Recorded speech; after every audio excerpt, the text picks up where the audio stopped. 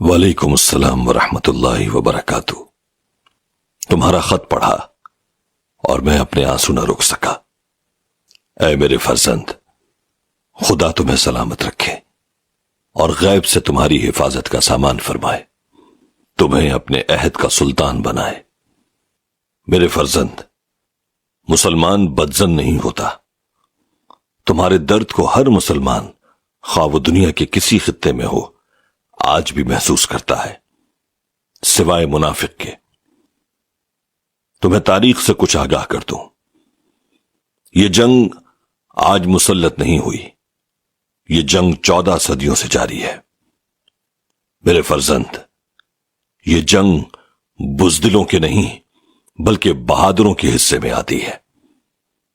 میں نے یہ جنگ لڑی، میرے بزرگوں نے لڑی، اور اب میری آنے والی نسلیں یعنی تم بھی لڑ رہے ہو۔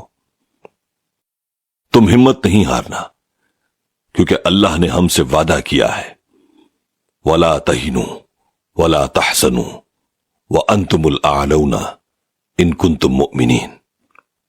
اور نہ سستی کرو اور نہ غم کھاؤ، تمہیں غالب آؤ گے اگر ایمان رکھتے ہو۔ اے میرے فرزند، منافقوں کی کوئی حیثیت نہیں۔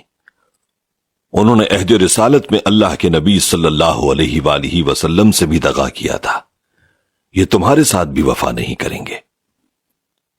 میرے فرزند، یہ جان لو، دنیا میں حق ہے یا باطل، اب اگر کوئی حق کے ساتھ نہیں کھڑا تو یہ یقینی بات ہے کہ وہ حق کے ساتھ خیانت کر رہا ہے۔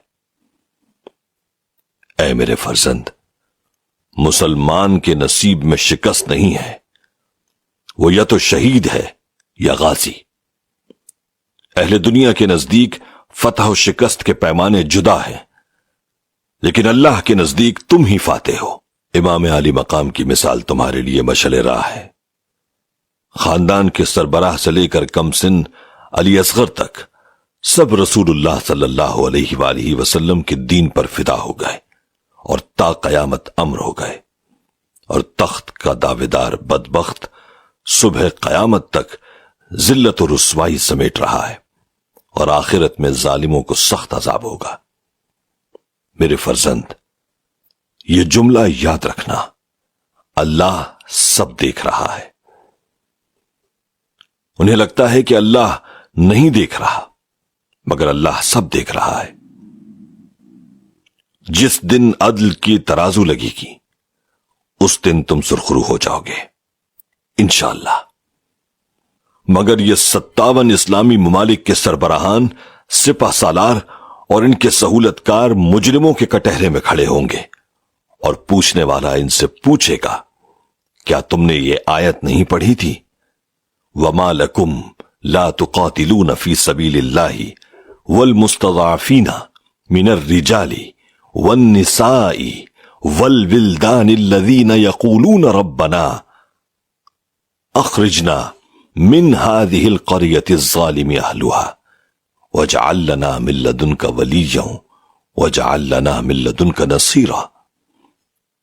اور تمہیں کیا ہو گیا ہے کہ تم قتال نہیں کرتے اللہ کی راہ میں، اور ان بے بس مردوں، عورتوں اور بچوں کی خاطر جو مغلوب بنا دیے گئے ہیں، جو دعا کر رہے ہیں کہ اے ہمارے پروردگار، ہمیں نکال اس بستی سے جس کے رہنے والے لوگ ظالم ہیں، اور ہمارے لیے اپنے پاس سے کوئی حمایتی بنا دے، اور ہمارے لیے خاص اپنے فضل سے کوئی مددگار بھیج دے۔ بیت المقدس کے فرزند، سوچنا انہیں ہے کہ یہ اس بات کا کیا جواب دیں گے۔ وہ دن ان کے لیے حسرت و یاس کا دن ہوگا۔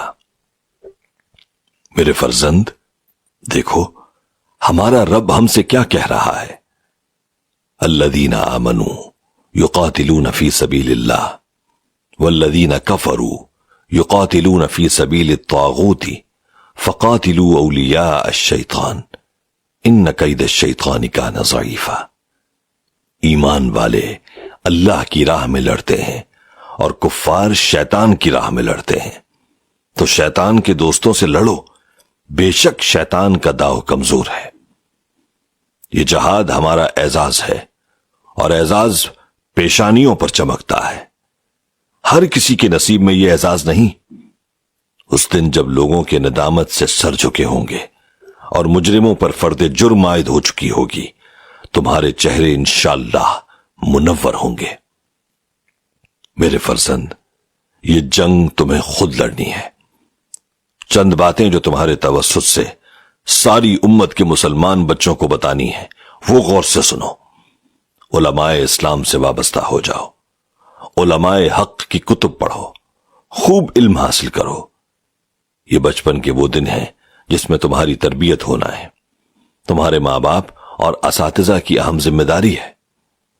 میرے فرزند، تمہیں بتاؤں، مجھے سلطان میرے ماں باپ نے نہیں بنایا تھا۔ میں فاتح بیت المقدس یوں ہی نہیں بن گیا تھا۔ میں نے دشمن کو شکست اس لیے نہیں دی تھی کہ میرے پاس جنگجو لشکر تھا یا تیز دھار تلواریں تھیں، بلکہ میری شخصیت کی تعمیر میں علماء اسلام نے اپنا کردار ادا کیا تھا۔ انہوں نے معاشرے کے ہر فرد کی اصلاح کی کوشش جاری رکھی۔ پھر میرے ساتھ ساتھ جو کارواں تیار ہوا، اس کا ہر فرد ملت کے مقدر کا ستارہ تھا۔ ان ہیروں کو علماء اسلام نے بڑی محنت سے تراشا تھا۔ میری خوش نصیبی کہ مجھے وہ علماء و مشائخ میسر آئے جو مریدین کی تعداد پہ نہیں، ان کی تربیت کرنے پر اللہ کا شکر ادا کیا کرتے تھے۔ لشکر اسلام کی تربیت علماء نے کی، اور پھر دنیا کی آنکھیں ان چمکتے ہیروں کو دیکھ کر خیرہ ہو گئیں۔ افسوس، صد افسوس، آج امت میں ایسے دردمند علماء بہت کم رہ گئے ہیں۔ آج بدقسمتی سے زاغوں کے تصرف میں عقابوں کے نشے منا گئے۔ بہروپیوں کی کثرت نے سخت نقصان پہنچایا۔ مال و دولت اور دنیا کی ہوس نے ان کی عقل کے نور کو بجھا دیا۔ میرے فرزند، میری دعا ہے اللہ کریم ایسے علماء کی کثرت فرمائے جنہوں نے نور الدین زنگی جیسے ہیروں کو تراشا۔ میرے فرزند، آخری بات، صبح ضرور ہوگی انشاءاللہ۔ والسلام، فاتح بیت المقدس سلطان صلاح الدین ایوبی۔